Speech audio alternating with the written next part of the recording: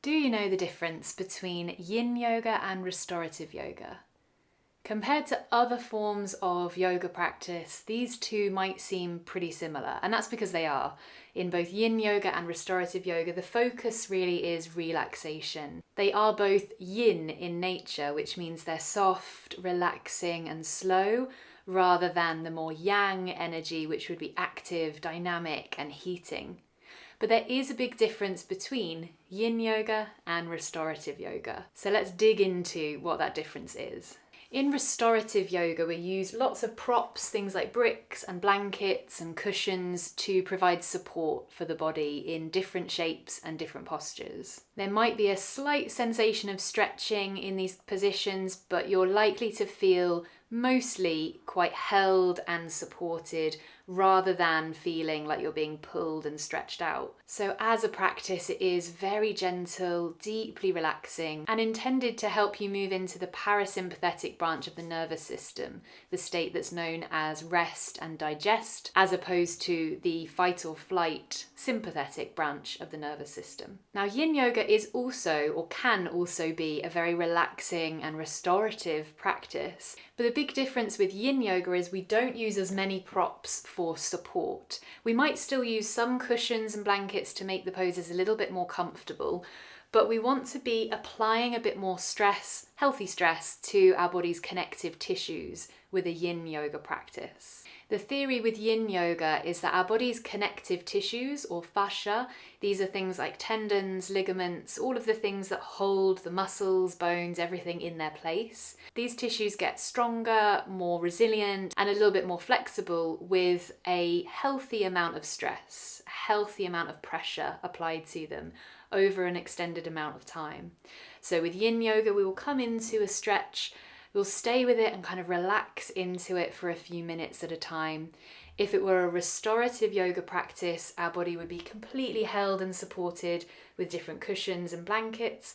But with yin yoga, we're going to use less support so that there is a feeling of stretching, so that those connective tissues and muscles to some extent are receiving an amount of healthy stress to make them a little stronger, a little more supple, a little bit more resilient. So in terms of what it's actually going to feel like, in a yin yoga practice, there will be sensation. In some postures, it might be quite challenging to stay with the sensation because it can develop into something that feels quite intense.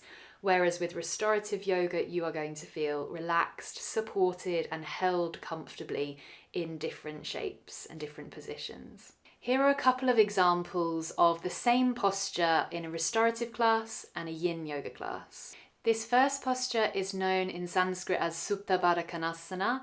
It's known by various different names, the English translation, cobbler's pose, butterfly, bound angle, I think. But it's the soles of the feet together, the knees open, opening up the hips. So in a restorative practice, it might look like this, where we have cushions or bolsters under the thighs to support the legs, maybe a blanket under the head. You might use other props to make it even more comfortable, but the idea here is the hips are in that open position, but there's not going to be too much of an intense feeling of stretching because we have so much support under the thighs with the cushions. Now let's look at a yin yoga version of that same position. Without the cushions under the thighs, we're likely to experience a much more intense, maybe even challenging feeling of stretching and opening through the hips, through the inner thighs, with all of the muscles and connective tissues there, feeling the effects of that healthy amount of stress. So the same posture, two different ways. We're likely to feel and experience it two different ways. Another example is sitting with the feet open and going into a forward fold.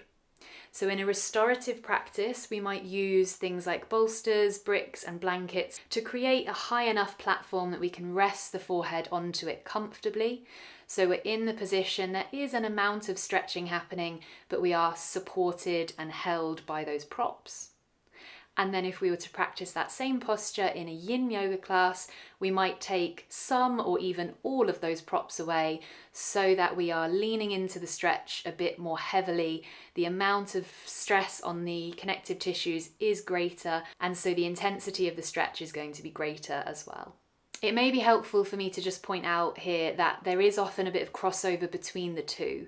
So I've just explained what the difference is between restorative and yin, but depending on which teacher or, which yoga studio, gym, what environment you're practicing in, what is referred to as a yin yoga class and what's referred to as a restorative yoga class might not be as black and white as the explanation I've just given.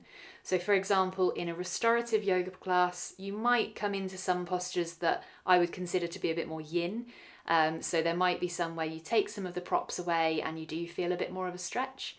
And likewise, in a yin yoga practice, you might have some postures where you are completely supported by props, so that you might consider a more restorative yoga posture. And to add to the confusion, some yoga teachers I have seen and heard using those two phrases, yin and restorative, pretty much interchangeably.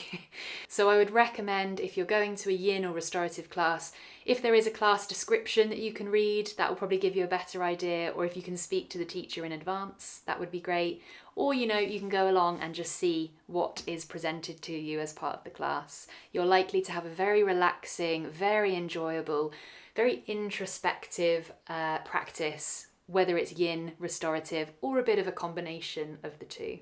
If you have any other questions about this, please leave them in the comments below. I have some yin yoga practices here on YouTube, so I'll leave some of those in the description box below as well if you would like to give them a try. Thank you for watching, and I'll see you in another video soon.